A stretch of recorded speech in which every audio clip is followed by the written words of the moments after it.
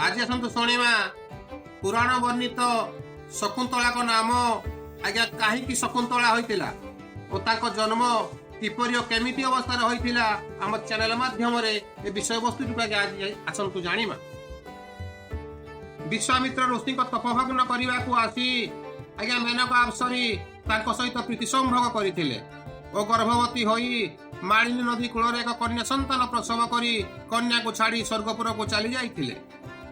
काले कन्याटी हिंस्र को शिकार हेब भावी शकुंत शागुणा माने चतुर्दिगरे से कन्या को परिवेष्टन बा बेढ़ी कर रक्षा करुले। आज्ञा कर्ण महर्षि ए दृश्य देखी कन्या को उद्धार करी निज पुत्री रूपे लालन पालन करते।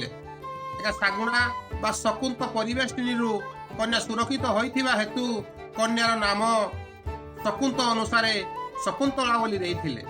पर से कन्या राजा दुष्यंत को विवाह होई भरत नामक पुत्र को जन्म देइथिले।